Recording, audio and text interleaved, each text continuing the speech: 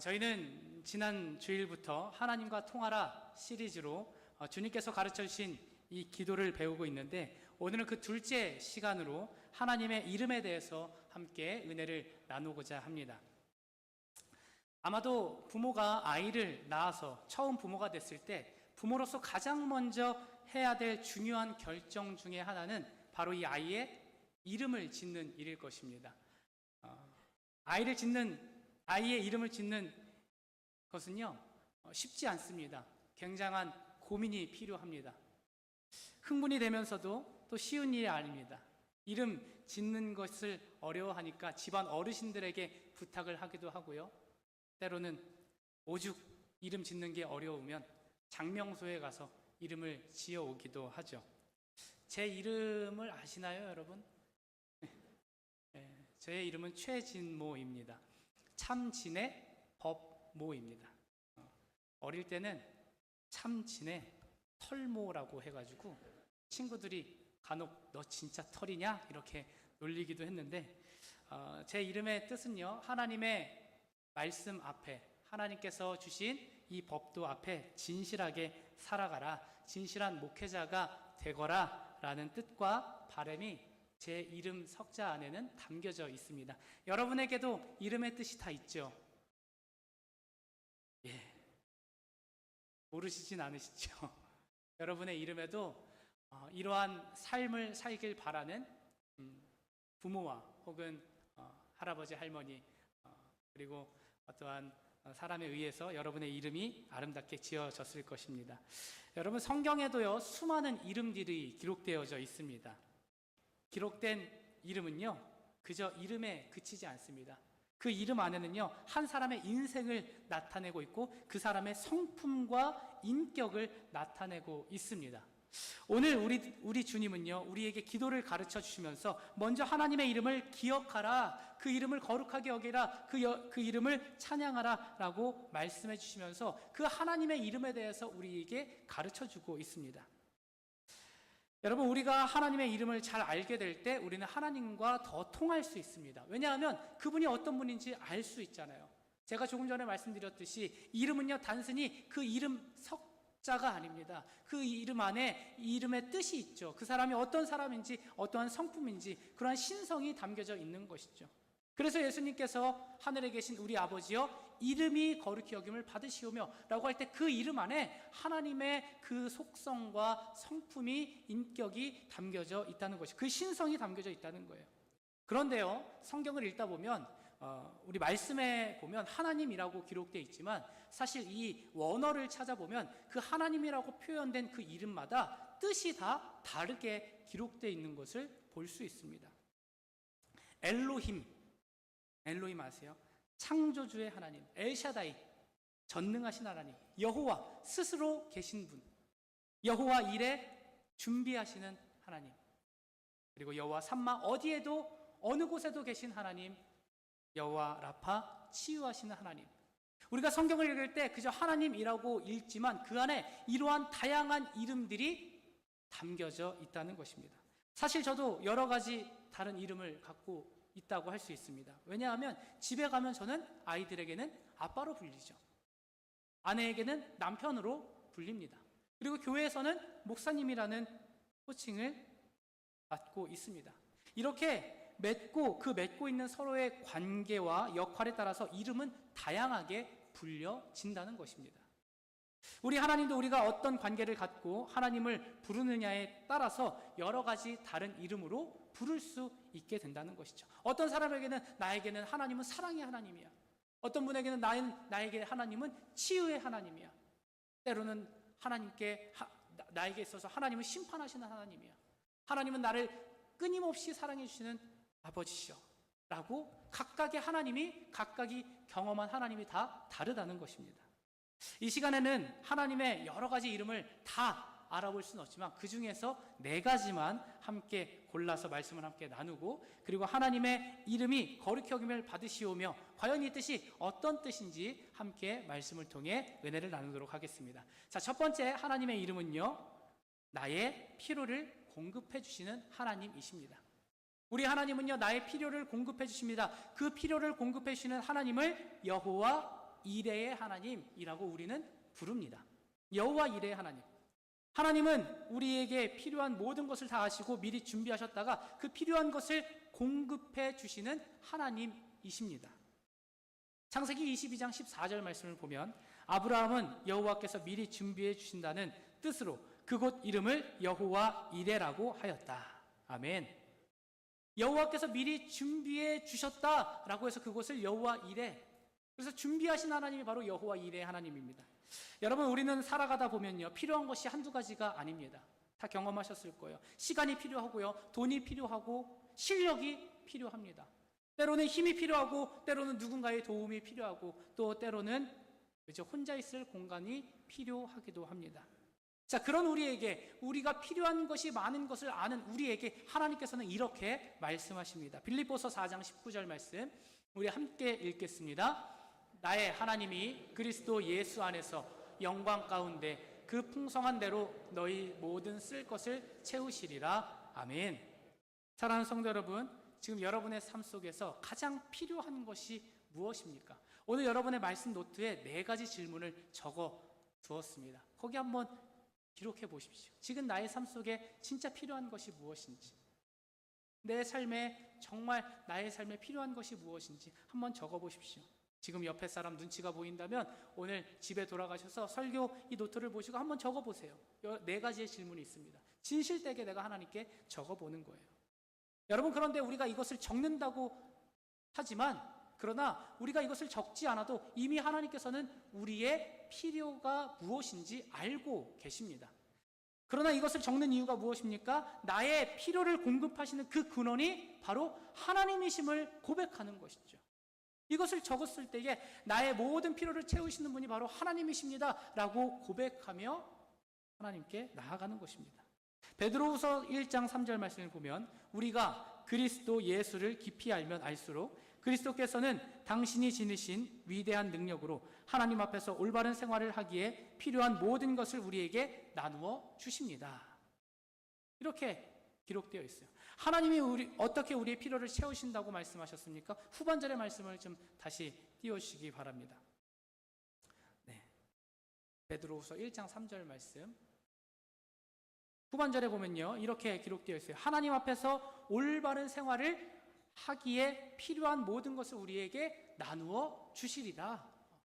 하나님 앞에서 필요한 그 모든 것, 올바른 생활을 하기에 하나님이 기뻐하시는 뜻으로 살아가게 하시기 위해서 하나님께서는 우리에게 필요한 모든 것을 공급해 주신다는 거예요. 여러분, 지난주에도 제가 말씀드렸죠. 하나님께서는 우리가 원하는 것을 다 들어주시는 분이 아닙니다.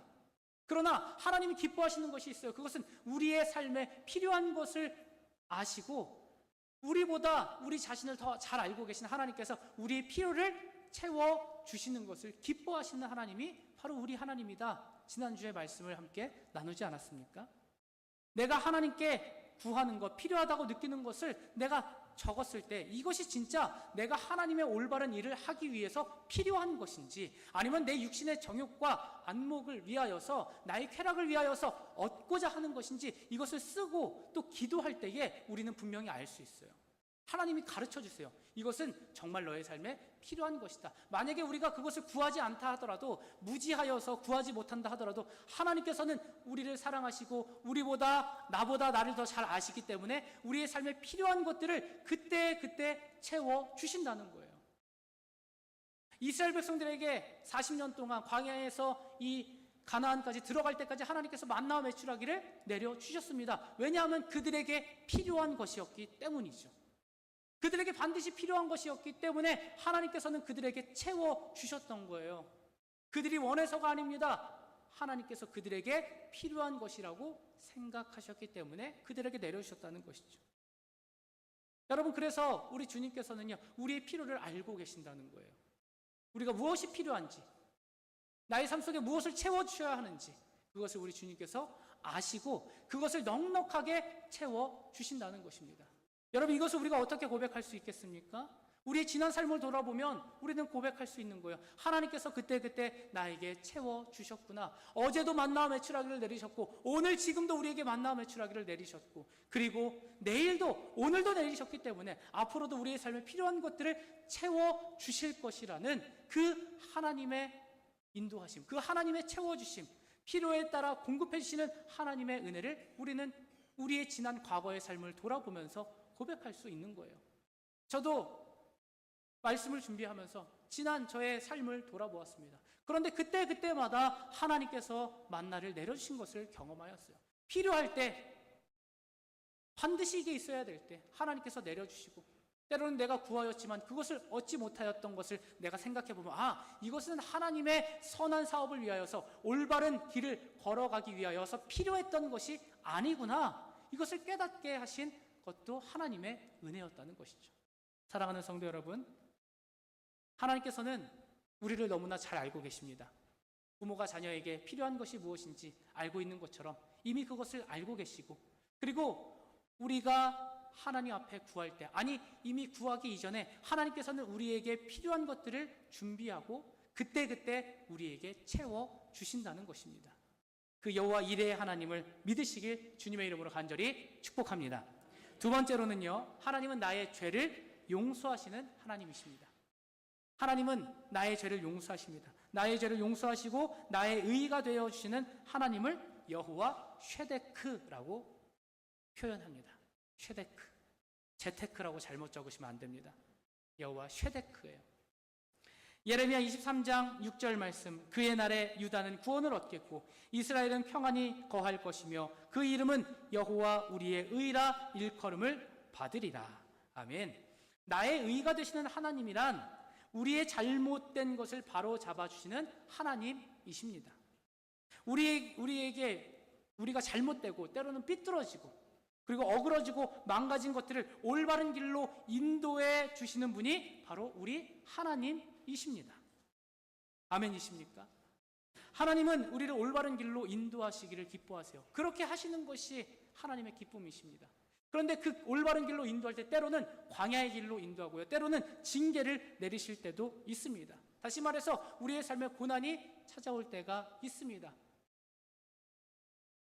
그런데 여기서 많은 성도님들이 오해를 합니다. 하나님은 심판하기를 좋아하시고 벌 주시기를 기뻐하시는 하나님이시구나.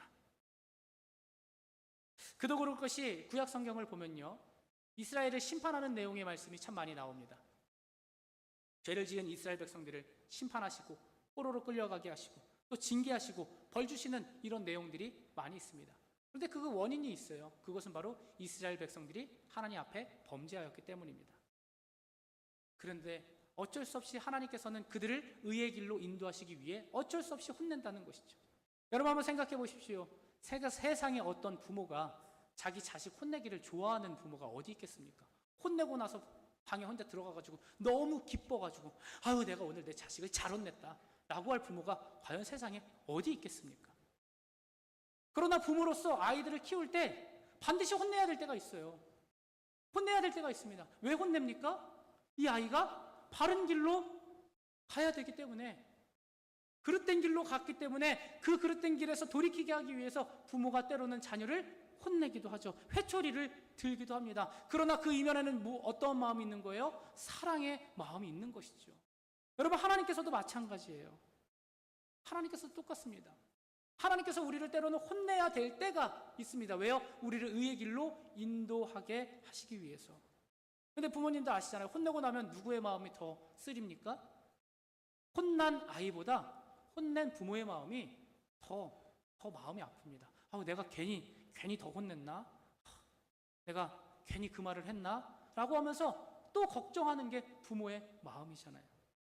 그러나 하나님께서도 이러한 마음을 갖고 계시다는 것이죠. 때로는 우리를 혼낼 때가 있습니다. 우리에게 징계를 내리실 때가 있습니다. 그러나 그 안에는 사랑의 마음이 있기 때문에 우리가 그릇된 길로 갈 때 우리를 올바른 길로 가게 하기 위한 하나님의 특단의 조치라는 것이죠. 하나님께서는 우리를 심판하시기도 하고 때로는 징계하시기도 합니다. 그러나 분명한 것은 그 이후에 반드시 용서하시는 하나님이시라는 거예요. 이사야서 43장 25절 말씀입니다. 나는 내 죄를 용서하는 하나님이다. 내가 너를 용서한 것은 너 때문이 아니다. 나의 거룩한 이름을 속되게 하지 않으려고 그렇게 한 것일 뿐이다. 내가 더 이상 너의 죄를 기억하지 않겠다. 아멘. 하나님이 왜 내 죄를 용서하신다고 나와 있습니까? 하나님께서 왜 우리의 죄를 용서하세요? 내가 용서받을 자격이 있기 때문이 아니에요. 여호와 쉐데크, 하나님의 성품 자체가 용서하시는 하나님이시기 때문입니다. 언제든 우리가 죄를 짓고 돌아올 때 하나님께서 용서하시는 하나님이시기 때문에, 용서하시기를 기뻐하시는 하나님이시기 때문에 하나님께서 우리를 용서하신다는 거예요. 여러분, 우리는 다 하나님 앞에 죄인입니다. 인정하십니까? 하나님 앞에 우리 모두는 다 죄인입니다. 저 또한 하나님 앞에 너무나 큰 죄인입니다. 뭘 훔쳐서가 아니에요. 사람을 살인해서가 아닙니다. 누굴 죽여서도 아니에요. 사기를 쳐서도 아닙니다. 내가 스스로 내 자신을 알잖아요. 다른 사람들 앞에서 나는 떵떵거리고 겉모습이 좋아 보이는 사람처럼 속일 수는 있지만 우리 스스로 내 안에 얼마나 악함이 큰지, 내 안에 부족함과 연약함이 얼마나 많은지, 내 안에 수많은 죄들이 있다는 것을 우리 스스로는 알고 있잖아요. 다른 사람들은 몰라도 나는 알고 하나님도 알고 계시지 않습니까? 나도 내 스스로가 부족함과 연약함과 나의 죄를 깨달을 때가 많은데 하나님 앞에서 어떻게 우리가 당당할 수 있겠습니까? 감출 수 없는 부끄러운 죄인이 바로 우리입니다. 그래서 성경은 이렇게 말씀합니다. 로마서 3장 23절에서 24절, 모든 사람이 죄를 범하였음에 하나님의 영광에 이르지 못하더니, 우리가 다 죄를 지었다는 거예요. 그래서 우리가 다 죽을 수밖에 없는 죄인이었다는 것입니다. 그러나 좋은 소식이 있습니다. 그 다음 구절 우리 함께 읽도록 하겠습니다. 그리스도 예수 안에 있는 로 말미암아 하나님의 은혜로 값없이 의롭다 하심을 얻은 자 되었느니라. 아멘. 우리가 죄를 범하여서 하나님의 영광에 이르지 못하지만 그리스도 예수 안에 있는 자들을 하나님께서 용서해 주신다는 거예요. 왜냐하면 하나님은 용서의 하나님이시기 때문입니다. 예수님께서 왜 이 땅에 오셨어요? 왜 이 땅에서 십자가에 못 박혀 죽으셨습니까? 무엇 때문에 죽으셨습니까? 무엇 때문에 채찍을 받으셨어요? 무엇 때문에 가시면류관을 쓰셨습니까? 무엇 때문입니까, 여러분? 우리의 죄 때문이잖아요. 딱 이거 한 가지예요. 우리의 죄 때문에, 우리를 용서하시기 위해서. 그래서 하늘 보좌를 버리시고 이 땅에, 이 낮고 낮은 이 땅에 오셨다는 거예요. 그리고 그 십자가를 통하여서 우리의 죄를 사하여 주시고, 내가 쏟아야 될 피와 물을 주님께서 대신 쏟으시고, 내가 맞아야 될 채찍을 주님께서 먼저 맞으시고, 그래서 우리를 구원하셨다는 거예요. 주님께서 이 일을 위하여 이 땅에 오셨다는 것이죠.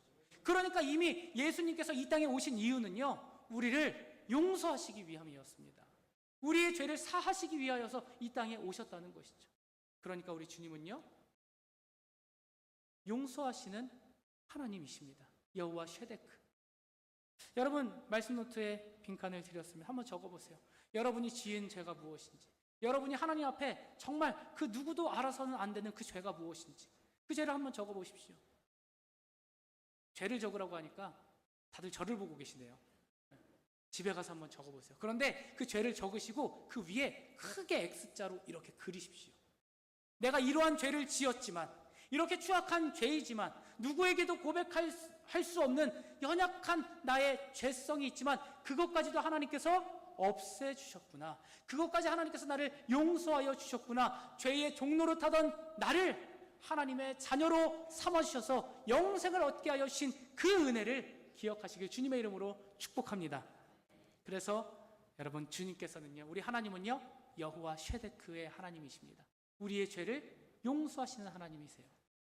그 하나님을 신뢰하시고 용서하시는 하나님 앞에 더욱더 믿음으로 나아가는 저와 여러분 되시길 주님의 이름으로 간절히 축복합니다. 세 번째로는요, 하나님은 나의 무거운 짐을 해결해 주시는 하나님이십니다. 나의 무거운 짐을 해결해 주시는 분이 바로 우리 하나님이십니다. 그리고 그 하나님을요, 여호와 샬롬의 하나님이라고 우리는 표현합니다. 평화의 하나님. 우리가 가끔 샬롬 이렇게 인사하잖아요. 이것은 하나님의 평화가 당신에게 함께 있기를 바랍니다 라는 뜻입니다. 우리 옆 사람에게 인사해 볼까요? 샬롬. 발음을 잘 하셔야 됩니다. 샬롬. 샬롬. 하나님의 평화가 당신에게 있기를 바랍니다. 샬롬은 바로 이런 뜻입니다.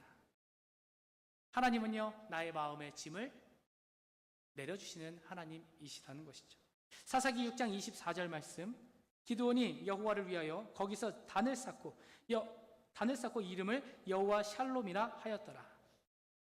사실 우리 현대인의 삶은 평화를 경험하기가 쉽지 않습니다. 전쟁이 있어서도 아니고요, 주위에 원수가 있어서도 아닌데, 끝없이 쫓기는 듯한 삶 속에서 알 수 없는 불안과 초조가 있고 마음에 넉넉한 여유나 평화를 찾기가 어려울 때가 굉장히 많습니다. 우리의 삶은 굉장히 빠듯합니다. 너무나 치열합니다.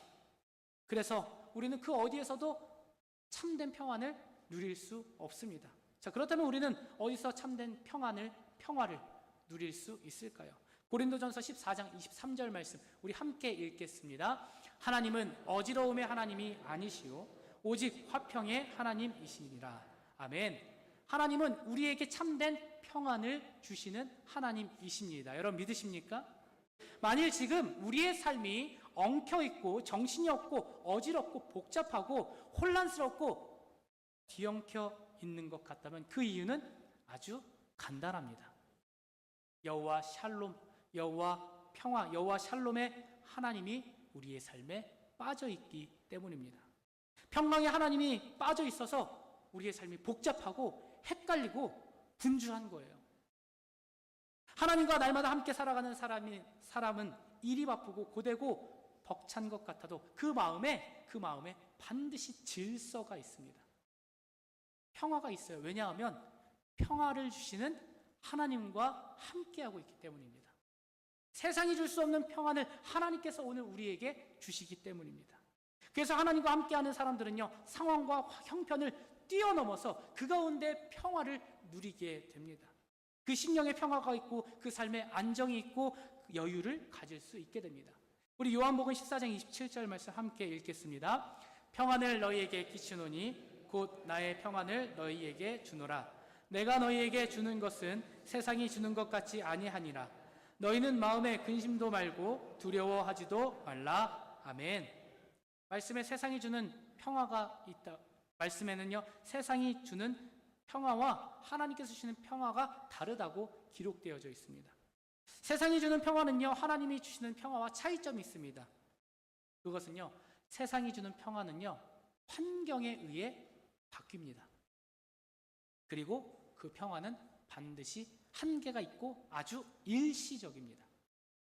예를 들어 이런 것이죠. 답답한 마음, 스트레스 받은 마음을 가지고 바닷가로 갔어요. 뻥 뚫린 바다를 보면서 아우 속이 시원하다. 아우 모든 근심을 다 내려놓고 이제 서울로 돌아가자. 그리고서 그 바다에서 나의 답답한 마음을 다 토해내고 이제 서울로 올라오는 길이 꽉 막히는 것을 경험할 때가 있습니다. 나의 모든 근심을 바다에다가 다 내려놓고 이제 돌아와서 집으로 올라오고 있는데 도로가 꽉 막힌 것을 보면 그때 누렸던 평화는 온데간데 없고 또다시 스트레스가 나에게 찾아옵니다. 자, 이와는 반대로 하나님이 주시는 평화는 평안입니다. 그러니까 편안함이 아니에요. 평안이라는 것이죠. 이것이 바로 하나님께서 우리에게 주시는 은혜인 줄 믿습니다. 하나님의 성품 여호와 샬롬의 근거한 평안이기 때문에 이 평안은요, 환경이 아무리 어지럽고 복잡하다 할지라도 하나님께서 우리의 마음에 평안을 주시면 아무리 복잡한 세상 가운데에서도 나는 평안을 유지할 수 있게 되는 거예요. 왜냐하면 하나님이 주시는 평안은 영원하거든요. 하나님이 주시는 평안은 일시적이지 않기 때문입니다. 그러니까 환경과는 크게 상관이 없어요. 그래서 찬송가 413장 이 내 평생에 가는 길에는 이렇게 고백하지 않습니까? 내 평생 가는 길 순탄하여 잔잔한 강 같은지. 나의 인생의 길이 때로는 잔잔한 강 같을 때가 있어요. 그런데 그 다음 구절을 보면 큰 풍파로 무섭고 어렵든지. 잔잔한 강 같을 때도 있었고 풍파로 인하여서 어렵고 무섭고 힘든 그때도 있습니다. 그런데 그 다음에 뭐라고 고백합니까? 내 영혼은 늘 편하다. 내 영혼은 늘 평안하다는 거예요. 늘이에요, 늘. 잠깐 평안하다가 아니라 늘 평안하다는 것입니다. 그 뒤에 고백하죠. 내 영혼 평안해. 내 영혼 평안해. 다윗과 사도 바울을 한번 생각해 보십시오. 다윗은요, 그의 인생 절반을 광야에서 도망자의 신세로 살게 되었습니다. 자, 그런데 시편의 절반 이상을 누가 기록하였습니까? 다윗이 기록하였습니다. 사도 바울을 한번 생각해 보십시오. 사도 바울은요, 죽음의 고비를 몇 번이나 넘겼던 사람이었습니다. 돌로 끊임없이 맞았어요. 많은 사람들에게 욕을 먹어갔습니다. 욕을 먹으면서 살아갔습니다. 감옥에 갇히기도 했어요. 환경이 절대 좋지 않았어요. 그런데 신약 성경에 이 바울이 몇 권을 기록하였습니까? 13권을 기록했어요. 그래서 바울 서신이 13권이잖아요. 이 두 사람은요, 그들의 인생이 평안하지 않았다는 거예요. 편안하지 않았다는 거예요. 고난과 고통의 연속이었습니다. 그런데 어떻게 이들은 하나님께 찬양과 경배와 영광을 올려드릴 수 있었을까요? 그 어려운 상황과 고난의 삶 속에서도 하나님과 함께 동행하였기 때문에 하나님이 주시는 평안을 그들이 누릴 수 있었던 것입니다. 여러분, 이러한 평안이 오늘 저와 여러분에게 있기를 주님의 이름으로 간절히 축복합니다. 여러분에게 있어서 지금 내려놓지 못한 짐이 무엇입니까? 한번 적어보십시오. 한번 적어보세요. 오늘 주님께서는 그 적은 것 가운데에 우리가 갖고 있는 그 짐을 내려놓게 해주시길 원하신다는 것입니다. 여러분에게 있어서 가장 큰 짐이 무엇입니까? 얽혀있는 것은 무엇입니까? 가장 힘들고 어려운 스트레스가 무엇입니까? 경제적인 것입니까? 건강적인 것입니까? 아니면 관계 속에 얽혀있는 것입니까? 언젠가 그 짐을 다 내려놓은 것 같았는데 어느 순간 불쑥 찾아와서 다시금 나의 마음을 불안하게 하고 걱정하게 하고 근심하게 하는 그 짐이 무엇입니까? 그것을 거기다 적어보시는 거예요. 나의 짐, 나를 누르고 있는 것, 나를 자유하게 못하게 하는 것, 나를 평안하게 하지 못하게 하는 것, 그것을 적어보시는 겁니다. 우리 주님께서 이렇게 말씀하시죠. 수고하고 무거운 짐진 자들아, 다 내게로 오라. 내가 너를 쉬게 하리라. 그 짐을 가지고 주님 앞에 나아가는 거예요. 그 짐을 가지고 주님의 성전 앞에 나아가는 거예요. 주님 앞으로 나아가 고백하는 것이죠. 그때 주님께서 우리를 쉬게 하신다는 거예요. 내가 짊어지고 있었던 그 짐을 내려놓아 주신다는 거예요. 그리고 우리를 푸른 초장과 쉴만한 물가로 인도하셔서 그 안에서 참된 안식을 누리게 하신다는 것이죠. 여러분, 그 짐을 한번 적어보십시오. 그리고 그것을 하나님께 올려드리세요. 그것까지도 주님께서 해결하여 주실 것을 믿고 여호와 샬롬의 하나님의 은혜가 저와 여러분에게 있기를 주님의 이름으로 간절히 축복합니다. 마지막 넷째로는요, 하나님은 나의 상처를 치료하시는 하나님이십니다. 우리의 상처를 치료하시는 하나님을 우리는 여호와 라파의 하나님이라고 합니다. 하나님은 우리의 아픈 곳을 싸매어 주시고 고치시고 그리고 치료하시는 능력의 하나님이십니다. 그 상처가 어느 곳이든 무엇이든 간에 우리 하나님께서는 그것을 고치실 수 있는 능력을 갖고 계시다는 것이죠. 출애굽기 15장 26절 말씀, 나는 너희를 치료하는 여호와임이니라. 나는 너희를 치료하는 하나님이다. 그 병이 어떠한 병이든지 나는 그것을 치료하는 하나님이시다. 너의 마음이 얼마나 썩어 문드러지든 그것을 치료하는 하나님이다. 오늘 우리에게 말씀하시는 거예요. 우리는 지난 5주 동안 금요 기도회를 예수 나의 좋은 치료자라는 주제로 치유 집회로 이렇게 5주 동안 진행을 했습니다. 우리를 회복시키시는 주님에 대해서 우리가 함께 말씀을 통해서 나누었고요. 그리고 치유하시고 회복시키시고 다시금 새롭게 하시는 그 주님의 말씀을 붙들고 간절히 기도하는 시간을 5주 동안 함께 보내었습니다. 우리는 그 안에서 우리의 마음의 이 상처가 치유되는 것을 경험했고요. 우리의 연약한 육신을 치유하시는 하나님의 은혜를 경험했습니다. 시편 147편 3절 말씀을 보면 하나님은 마음이 상한 자를 고치시며 그들의 상처를 싸매시는도다. 오늘 우리에게 말씀하시잖아요. 그 상한 마음을, 그 아픈 마음을 고치시며 그들의 상처를 싸매 주신다. 오늘 주님께서는 우리를 치료하기를 원하신다는 거예요. 사랑하는 성도 여러분, 오늘 우리 마음 가운데에 깊이 남아있는 그러한 상처는 무엇입니까? 그것도 한번 적어보시기 바라요. 아직까지 치유되지 않았던 나의 아픔과 고통, 나의 육신의 연약함, 또 나의 마음의 상처, 어렸을 때 받았던 상처, 교회 안에서 또 사회 안에서 여러 형태를 통하여서 내가 아직까지 해결되지 못했던 내 안에 있는 상처가 무엇입니까? 그것을 적어보십시오. 그리고 그것을 적는 것은 하나님께서 이것까지도 치유하시고 회복시키실 거라는 그 확신을 가지고 적어보시기 바랍니다. 온전히 회복되고 치유되어서 또 자유하게 하시는 하나님의 은혜가 하나님을 의지하고 여호와 라파의 하나님 앞에 나아가는 자들에게 임하게 될 줄 믿습니다. 예수님께서 병자들을 치료하셨을 때 그 특징들이 있어요. 다 하나같이 주님 앞에 나아갔다는 거예요. 나아갈 수 없는 상황이었음에도 불구하고 그들은 위험을 무릅쓰고 하나님 앞에, 예수 그리스도 앞에 나아갔다는 것입니다. 나아갔을 때 주님께서는 그들을 보시고 긍휼히 여기시고 치유하셨다는 것이죠. 오늘 우리도 주님 앞에 이렇게 나아갈 때 우리를 치료하시는, 우리를 치유하시는 여호와 라파의 하나님의 은혜가 임하기를 주님의 이름으로 간절히 축복합니다. 하나님의 이름이 여러 가지로 많이 나타났는데 빌립보서에 보면 우리에게 가장 좋은 이름을 주셨다라고 기록해 주셨습니다. 빌립보서 2장 9절에서 10절 말씀 우리 함께 읽도록 하겠습니다. 이러므로 하나님이 그를 지극히 높여 모든 이름 위에 뛰어난 이름을 주사 하늘에 있는 자들과 땅에 있는 자들과 땅 아래에 있는 자들로 모든 무릎을 예수의 이름에 꿇게 하시고 아멘. 말씀에 뭐라고 나와 있습니까? 하나님의 가장 크신 이름, 가장 뛰어난 이름은 누구라고 나와 있어요?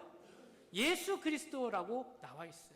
바로 예수님이신 거예요. 구약의 여호와가 바로 이 신약의 예수님으로 이 땅에 오신 것입니다. 같은 하나님이에요. 다시 말해서 여호와가 바로 예수 그리스도시라는 거예요. 우리의 상처를 싸매주시고 우리를 용서하시고 우리에게 평안을 주시는 분이 바로 예수 그리스도라는 거예요.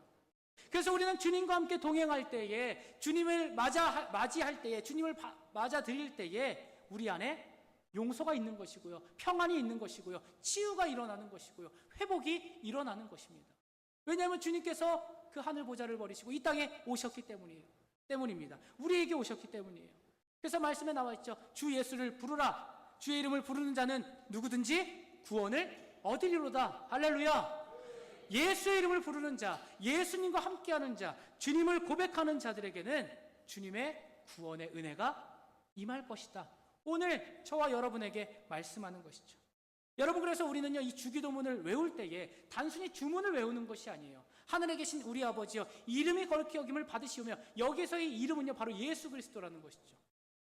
그리고 그 하나님의 성품, 하나님이 나를 치료하시고 치유하시고 회복시키시고 변화시키시고 새롭게 하시고 평안을 주시는 하나님이십니다 라고 우리가 고백을 올려드리는 거예요.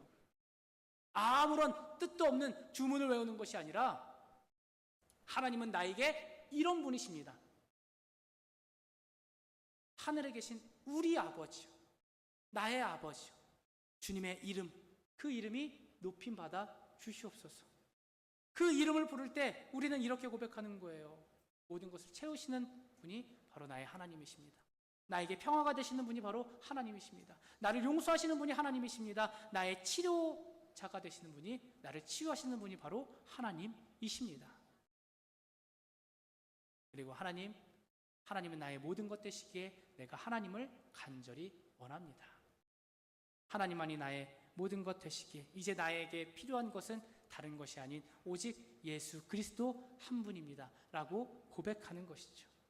여러분, 이렇게 고백할 때에 이 이름의 의미를 알고 우리가 깨닫고 주님의 이름을 고백할 때에 주님께서는 더 이상 저기 멀리 막연하게 계신 분이 아니라 나의 삶에 찾아오시고 내 속 안에 들어와 주시고 나의 삶을 변화시키셔서 하나님의 영광을 위하여 살아갈 수 있도록 도와주시는 능력이 오늘 주님을 예수 그리스도라고 고백하는 모든 이들에게 임하게 될 줄 믿습니다.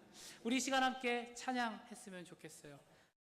예수의 이름으로 우리 함께 찬양하시고 오늘 주님께서 우리에게 주신 이 말씀을 마음에 새기며 우리 함께 통성으로 기도하는 시간 갖도록 하겠습니다.